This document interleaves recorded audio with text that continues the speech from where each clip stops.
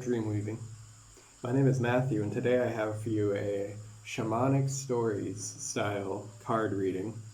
And to explain what I mean by that, I believe that the stories that we tell ourselves and that we believe about our reality actually create for the greater part of our experience and perception of that reality, and also on a social level, how our society and the world, the human world, is created is based on these stories.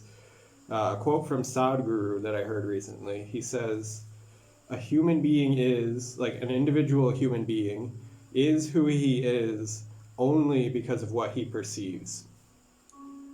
If you let that sink in, that's a really profound statement there.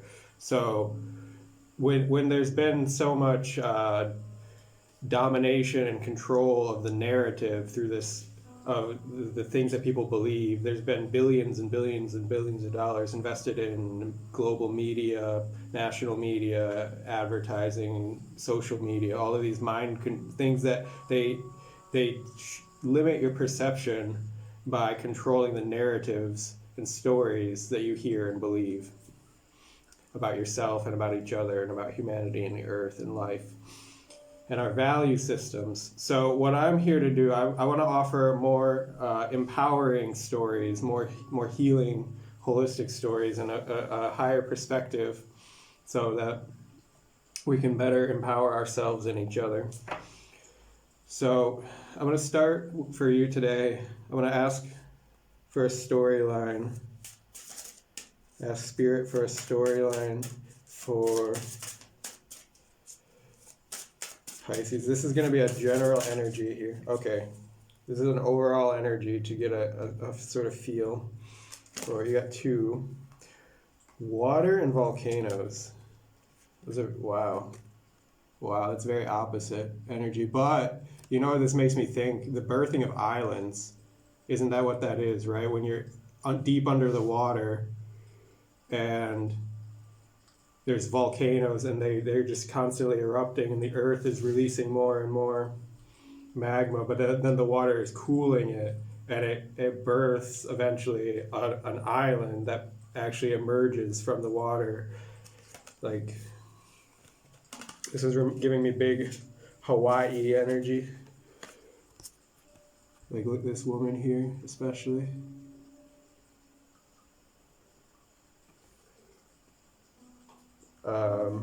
Which, to be honest, I don't personally know that much about their traditions, so I don't feel it's my place to speak on that, but it is very interesting. So the words we have here are power and creation. So that's really powerful. Like, yeah, literally the power of creation there, like birthing, like what else kind of force other than just the earth itself birth entire new islands, like new land masses, continents where things can then live at some point, like creatures and plants and animals and birds and everything. So for details here, to clarify, I'm going to ask for a specific storyline, chronological storyline for you here. And to start, we have the Fool. The Fool. So this is, again, the birthing energy. This is the start. This is like, wow. This is like the very beginning of something being created in your life. Okay. And I can see that it's, for you, it triggers something really haunting and tormenting to come up, something like traumatic from your past or something, or like there's like a kind of feeling of paralysis here, like freeze response, and then just like from the tension that comes of being tormented of these past feelings. We are the world.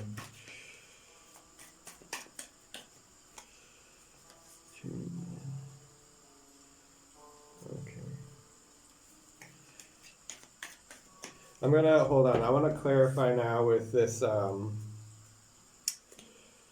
emotional energy here to see if I can get a more specific tuning into what is going on here with this freeze response that's come up. It's like you're right on the precipice, or like you're right at the beginning of something that should be this very beautiful and exciting moment. There's something that a strong adverse reaction that happens here. So let's see what this is about. A little more specifically, what kind of emotional energy is related to this issue? Forgiveness. Acknowledging that harboring resentment blocks the flow of love. Okay.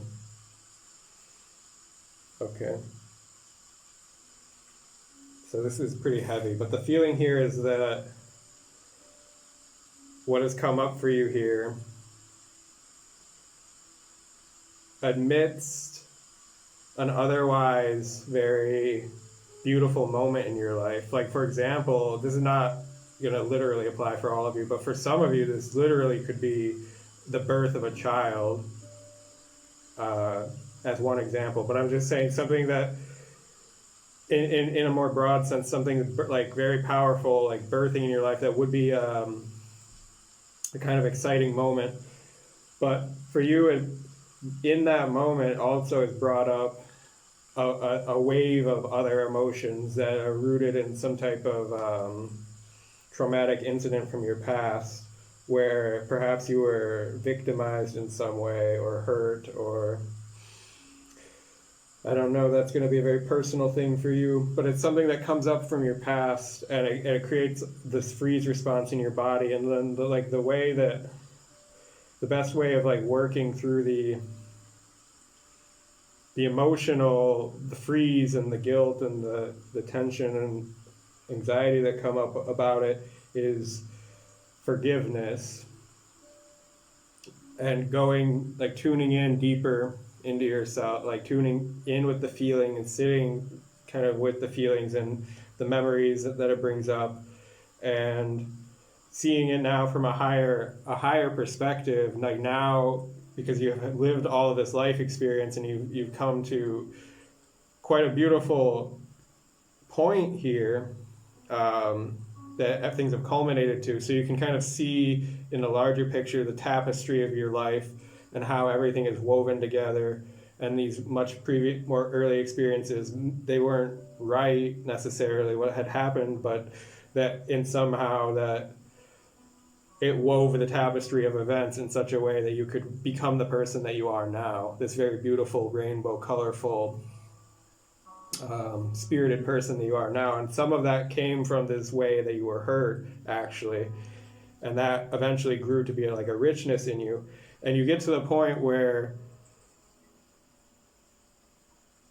for your own self, for your own settling, your own like inner peace about the situation and about your past and the stories that have happened to you and what created you to be the person you are now, even if that was a very traumatic thing for you, even if you were victimized, even if that you come to a place where you spiritually that you forgive, like genuinely. You're not saying you forgive, like it's something that you actually naturally reach a point where you're able to feel that forgiveness and that compassion, even for someone who could have been a perpetrator to you, potentially.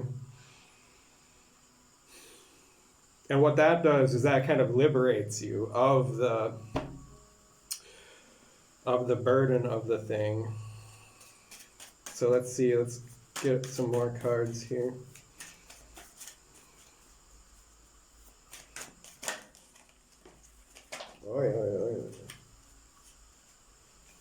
All that back. But this one, ordinariness, here came facing up.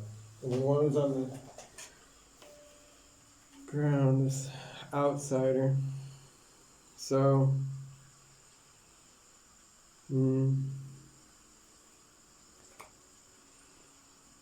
I feel like there's a kind of peace that you get to just be yourself. you know, like that you come to this, like,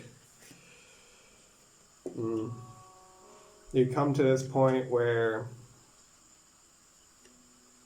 you can live with it, and then you're able to much more richly enjoy your life, because in a way that you can be more actually embodied in your body and in those daily little moments. And this can even be like this whole power and creation of volcanoes thing. This could just be even like the rebirthing of yourself, in the sense of like that you're coming into just an entirely new way of being in your own body, where you're actually engaging all your senses and you're actually really present. You're not like disassociated and numbed out from trauma all the time. Like,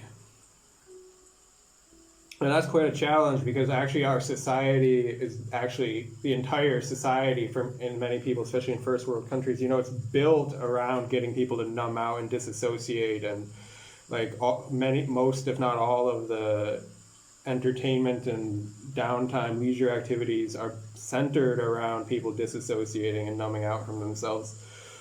And then the consumerism and everything, and then it's like, and then overwork and stress, and it's all kind of like encouraged. It's a whole package system. So it's actually quite a feat. It's a huge spiritual accomplishment. It takes quite a lot of power to even recreate your own self in such a way that you can be fully and sensitively present in your own body, in your day-to-day life, in every moment. That's actually quite something you deserve a kind of a congratulations for this. And I can see here that it's not necessarily easy either, because it brings like all these inner child issues up to the surface. But the thing is, like, the best way through it is letting that inner child play, like learning to embrace that and allow it to have more expression in your day-to-day life now as an adult, because now you're gaining that point of freedom where you can just play and be creative and see what an artistic or whatever, and see what your power does. So we have, oh my god, play. I was telling you to play. Fine tune and play. Okay. It's amazing. I love when that happens. So we have here, this is like asking you exactly what I was just telling, to tune into those energies more and develop that more, and really to just like enjoy the journey and find people who are also vibrating in that way and collaborate with them and play together, like find playmates. And yeah, this is just like